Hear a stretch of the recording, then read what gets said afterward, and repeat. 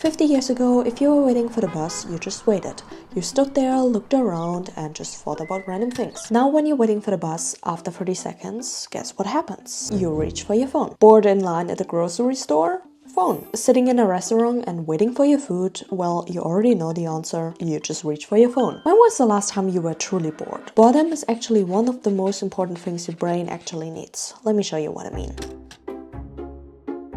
Let's look at scenario 1, a bored brain. So you're sitting at the bus with nothing to do and your brain goes, okay, what should we think about? And then it starts processing emotions, planning your day, or thinking about problems from work. Basically, your brain is active, so it's working. And this is scenario 2. You're sitting on the bus again, and this time when you get bored, you reach for your phone and watch TikTok. Your brain basically goes, oh, okay. There's content coming, I don't need to think about anything right now, let's just relax. Means in this example, your brain is just lazy because it's just getting fed. The more you do this, the worse your brain gets at thinking for itself. Think of it like as if you would only eat pre-chewed food.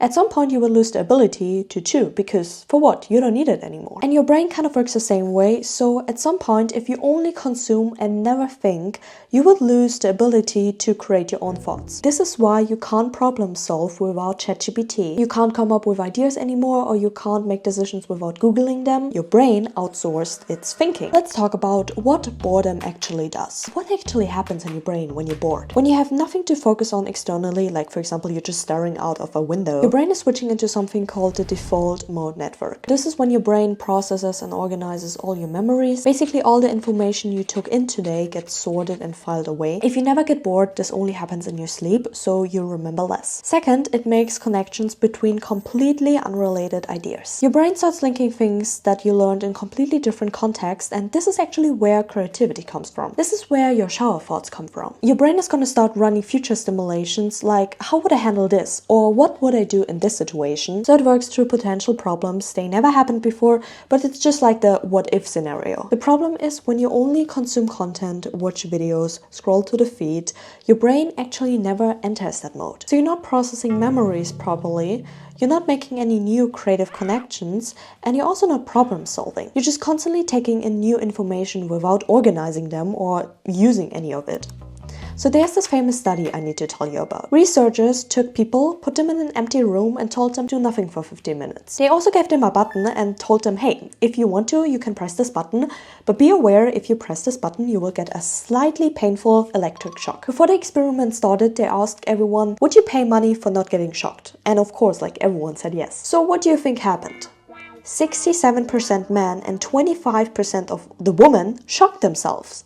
On purpose, just to feel something. Just think about it. They choose physical pain over being bored. We rather would hurt ourselves than sitting with our thoughts for 50 minutes. When you eliminate boredom, here is what you lose. When your brain has nothing external to focus on, it starts making internal connections, means you start getting creative. But if you're never bored, you never get those ideas. Number 2, self-awareness. When you are bored, you are forced to be alone with your thoughts, and that's when you figure out, hey, what do I not like about my life? Or what do I want to change? Or is there something I want to try new? But if you are constantly distracted, you never check in with yourself. Number 3, the ability to focus. If you can't handle 5 minutes of boredom, you can't handle 3 hours of deep work. Because deep work is so boring. 10 minutes in, this is boring. I want to check my phone. And after like 30 to 60 minutes, this is where you reach flow state. So where the good work actually happens. If you can't make it past 5 minutes without grabbing your phone, you will actually never reach that flow state. You never get to the point where the work actually starts to feel good. So you constantly do shallow work.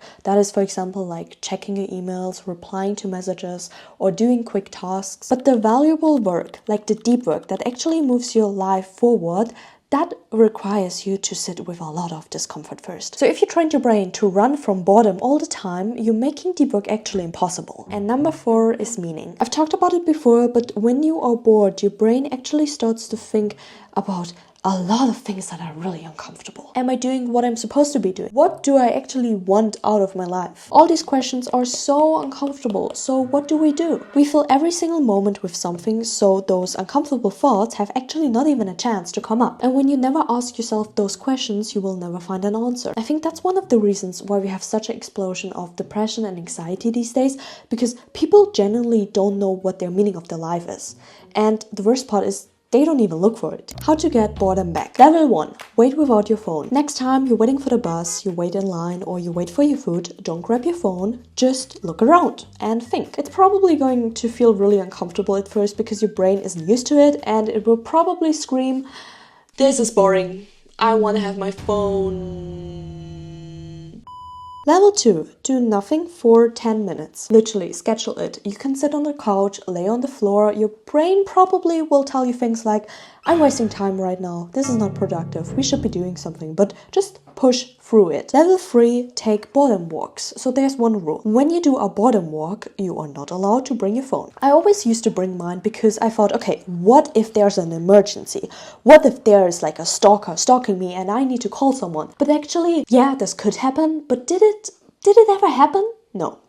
Never. Go for a 5-minute walk, go for a 10-minute walk, just let your brain wander. It will be so happy that it can do that. Obviously, there are also some things I'm not going to mention, but because you probably know them already. For example, to leave your phone in the room when you go to the toilet. Actually, look around. I think it became really rare that you go to the gym or any sports and you see people just having nothing in their ear.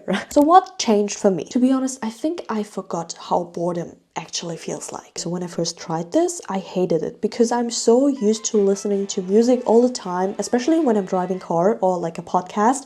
And also when I'm taking a walk, I used to always bring my phone and then just yap with a friend or do a voice memo. When I first started listening to nothing while driving home, it felt weird. It was a feeling I know it existed, but I haven't felt it in a while.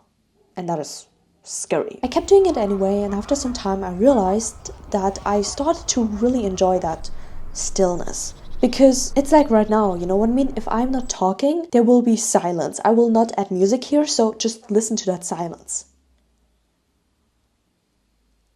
Silence can be loud or quiet, but the more you do it, I feel like the more quieter it becomes. I also noticed that in that stillness, my brain really started to wander from thought to thought. So first I thought about something that happened 10 years ago, then I thought about something that happened 3 weeks, and then yesterday. And after adding those boredom walks almost every single day into my life, I really started to enjoy them. It's like something I really look forward to because it's just so peaceful. Look, we're living in a society where productivity is basically worshipped. If you're just sitting there doing nothing, a lot of people will think that you are just lazy. And why are you not using your time better? Like, why would you do nothing when you could also be hustling or reading a book or going to the gym? I used to be a person who would also like really maximize their day. For example, while I was sitting in the train, I would never do nothing.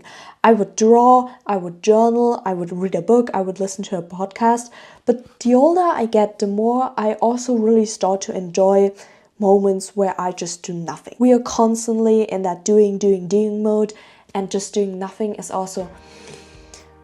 it just feels good. If you like the style of the video, how I explained things, I made a similar video like this. It's about the input-output system. I'm gonna link it below. This is gonna sound a little bit weird, but when I'm in public and I notice the parents don't give their kids their phone and the kids are just staring around, I stare at them because I find it really interesting. That's kind of rare. They do like this with their legs and just looking around, and I wonder, what are they thinking about? Because most of the time I just see kids now also like just being on the phone and always consuming things. And that used to be all of us. We used to sit and just think and be okay with it. So if you're gonna try this, if you actually sit with boredom for the next 10 minutes, let me know in the comments what actually happened. Thanks so much.